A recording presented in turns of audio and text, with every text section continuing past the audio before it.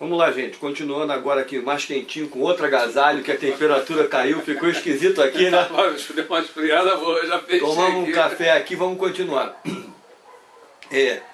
A gente já passou por recrutamento, treinamento, seleção. Uma coisa que eu acho importante que a gente vai abordar, que é a regulamentação do marketing multinível no Brasil, que é uma oportunidade única que nós temos, não podemos perder como perdemos a da Copa, a gente vai conversar adiante, mas para mim começa pela transparência das empresas de marketing multinível. Transparência em que sentido?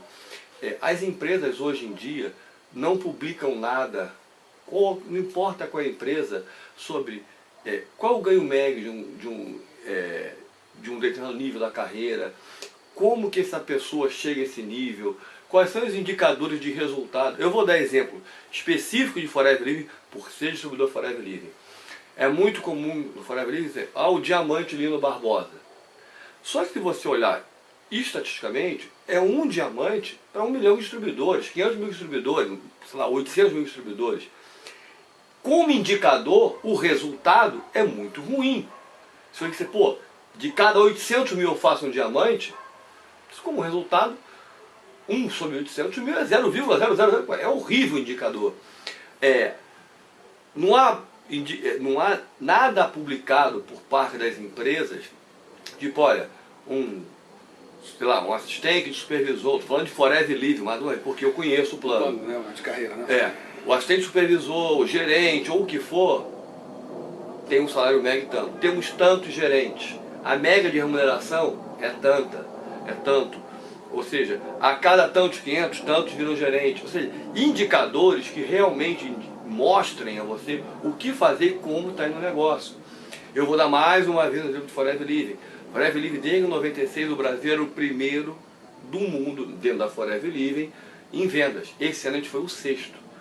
Por que só de primeiro para 6º? Durante muito tempo foi o 2º, o Japão era o primeiro lugar, né? Depois perdeu a posição para o Japão, o Japão ganhou da posição do Japão, ficou em primeiro lugar, né? E depois despencou. Né? Esse ano agora a gente foi o 6º. Por quê? Ou seja, a companhia, em termos de Brasil, eu estou falando agora, não diz assim, olha, aconteceu... O cenário econômico não mudou radicalmente.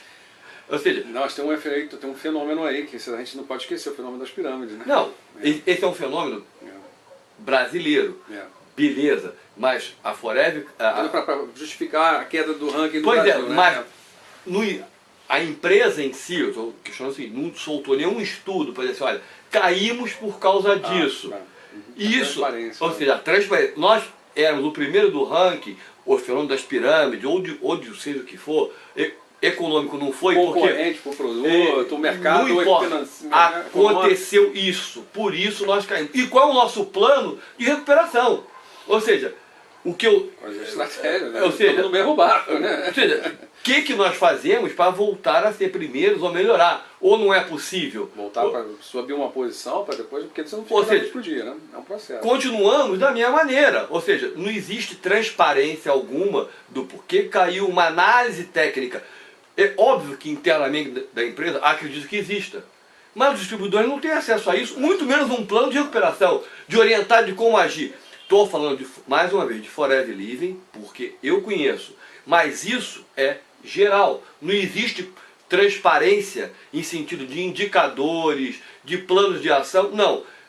Botou o cara para dentro, faz rede aí e tudo bem. Deu, não deu, bota outro e bota... Então, isso me incomoda muito. Não sei o que você, muito mais experiente do que eu, analisa nesse sentido. É um tema sensível porque não há controle sobre o campo, né? São empresas constituídas que têm um quadro societário, algumas são sociedade anônima, outras são limitada, né, juridicamente.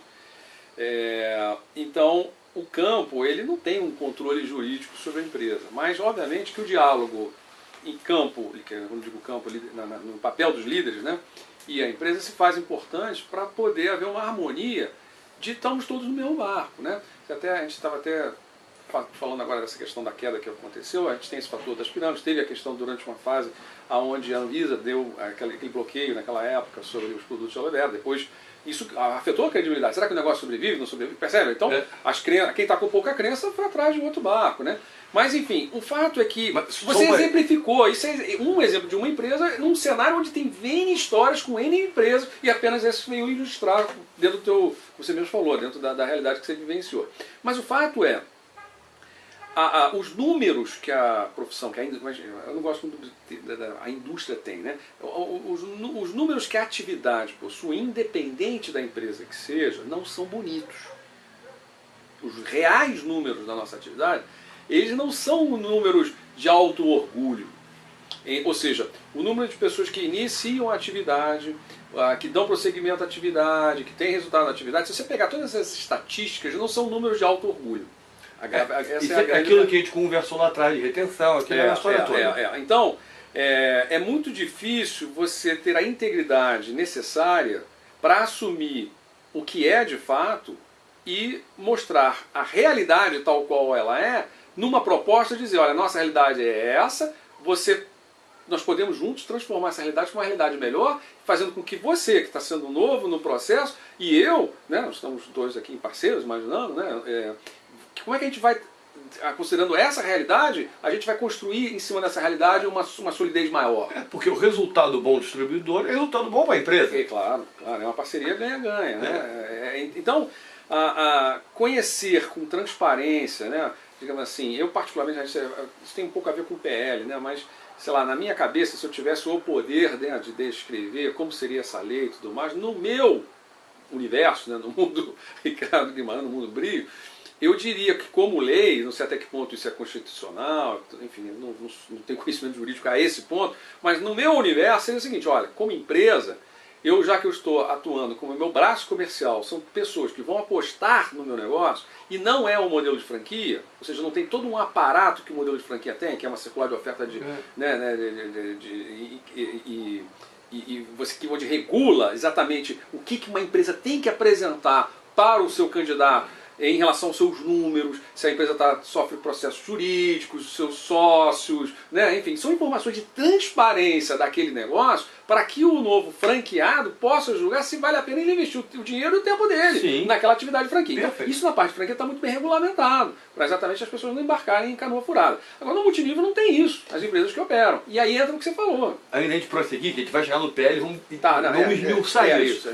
Mas só para fechar aqui, que essa parte o que eu digo é o seguinte, Ricardo, até da parte do vídeo que a gente perdeu, que eu perdi, ele que tinha comentado sobre isso, é o seguinte, se você olhar o que se analisa quando se fala em um expoente, seja um diamante, ou o que for, lá um presidente, de acordo com o plano, é um expoente, é um número modal. O que a gente estava conversando outra vez, esse exemplo da curva de Gauss, curva normal, é a curva normal, ou seja, não me interessa o que está do lado da curva, os que estão muito mal, ou os que estão muito bem, os desvios padrões, as variâncias nos extremos.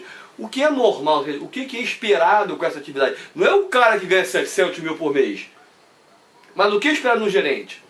Ou seja, dentro... Quantos gerentes eu tenho? Quanto tempo demorou para ele ser gerente? Qual é a renda dele? Qual é a renda média de um gerente? De venda, qual é a renda vendedor? Para você poder analisar, vale a pena entrar? Aquela história. Então, quando você tem esses indicadores, as pessoas, quando eu estava falando, se eu pudesse desenhar, né, como é que eu desenharia? De que a empresa ela tivesse o compromisso legal, né, a obrigação legal, de apresentar índices, indicadores de transparência.